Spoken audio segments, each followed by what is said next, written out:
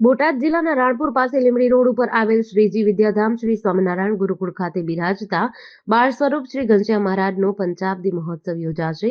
ગુરુકુળના સ્થાપક પૂજ્ય શ્રીજી સ્વરૂપ સ્વામી દ્વારા આ સમગ્ર મહોત્સવનું આયોજન કરવામાં આવ્યું છે, જેમાં તારીખ 16, 17 અને 18 નવેમ્બર 2024 આ 3 દિવસ સુધી શ્રીજી વિદ્યાધામ સ્વામિનારાયણ ગુરુકુળ ખાતે આ ત્રિદિવસીય ભવ્ય મહોત્સવ યોજાશે, જેમાં વડતાલ ગાદીના આચાર્ય શ્રી રાકેશ પ્રસાદજી મહારાજની ઉપસ્થિતિમાં 2000 વિદ્યાર્થીઓ નિઃશુલ્ક રહી શકે તેવું નૂતન છાત્રાલય બિલ્ડિંગનું ગુજરાત રાજ્યના મુખ્યમંત્રી ભૂપેન્દ્રભાઈ પટેલના હસ્તે શિલાન્યાસ સમારોહ યોજવામાં આવશે. સર્વજ્ઞાતિના 51 દીકરી દીકરાના ભવ્ય સમૂહ લગ્ન યોજાશે. 3 દિવસ સુધી શ્રીમદ સત્સંગી જીવનકથા યોજાશે. શ્રીજી મહારાજનો પ્રસાદી ભૂત કરમડ ગામનો 195મો ભવ્ય અન્નકૂટ મહોત્સવ યોજાશે. બીજ મંત્ર અનુષ્ઠાન યોજાશે તેમજ વિવિધ સાંસ્કૃતિક કાર્યક્રમો, સંતવાણી, હાસ્યના પ્રોગ્રામ, જાદુગર શો સહિતના વિવિધ કાર્યક્રમો યોજાશે. 17મી નવેમ્બરે સવારે 11 કલાકે વડતાલ ગાદીના આચાર્ય રાકેશ પ્રસાદજી મહારાજની હાજરીમાં ગુજરાતના મુખ્યમંત્રી ભૂપેન્દ્રભાઈ પટેલ નૂતન છાત્રાલય બિલ્ડિંગનો શિલાન્યાસ કરશે. ત્યારે આ સમયે ભારત સરકારના કેબિનેટ મંત્રી મનસુખભાઈ માંડવિયા, સુરેન્દ્રનગર લોકસભાના સંસદ સભ્ય ચંદુભાઈ શિહોરા, રાજ્યના શિક્ષણ મંત્રી ડોક્ટર કુબેરભાઈ ડિંડોર, શિક્ષણ મંત્રી પ્રફુલભાઈ પાનસેરિયા, નાયબ મુખ્ય દંડક ગુજરાત વિધાનસભાના જગદીશભાઈ મકવાણા, રાજ્યના કેબિનેટ મંત્રી કુંવરજીભાઈ બાવળિયા, લીંબડી વિધાનસભાના ધારાસભ્ય કિરીટસિંહ રાણા સહિતના આગેવાનો અને સામાજિક આગેવાનો, ઉદ્યોગપતિઓ ઉપસ્થિત રહેશે.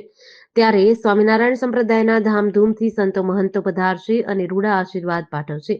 વડતાલ ગાદીના પરમ પૂજ્ય 1008 આચાર્ય રાકેશ પ્રસાદજી મહારાજ આ મહોત્સવમાં આશીર્વાદ પાઠવવા હાજરી આપશે. 16 તારીખે સવારે પોથીયાત્રા મહોત્સવ ઉદ્ઘાટન, દીપ પ્રાગટ્ય, શ્રીમદ સત્સંગ જીવનકથા પ્રારંભ, મહિલા મંચ અને રાત્રે જાદુગર શો તેમજ લોક ડાયરો યોજાશે. શ્રીજી વિદ્યાધામ સ્વામિનારાયણ ગુરુકુળ કરમળ આયોજિત આ ગુરુકુળના મંદિરમાં વિરાજિત ઘનશ્યામ મહારાજને 5 વર્ષ પૂર્ણ થતા એ નિમિત્તે પંચાબ્દી મહોત્સવનું આયોજન કરવામાં આવ્યું.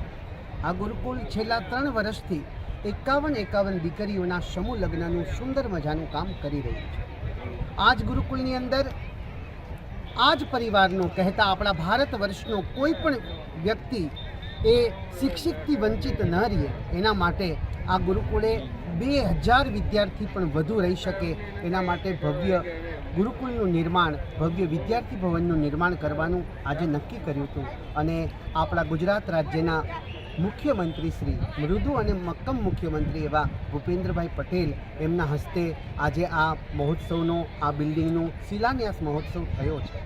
51 દીકરીઓના આજે સમૂહ લગ્ન થયા છે. દીકરીઓને 1 લાખથી વધુ કરિયાવરની સામગ્રીઓ આપવામાં આવી છે. કેવલ કરિયાવર નથી આપ્યો, પણ આ ભારત વર્ષની દીકરી એ પોતાના સંસ્કારોથી રચી પચી રહે એના માટે આપણા હિન્દુ સનાતન ધર્મનો ગ્રંથ ગીતાજી પણ અર્પણ કરવામાં આવ્યા છે.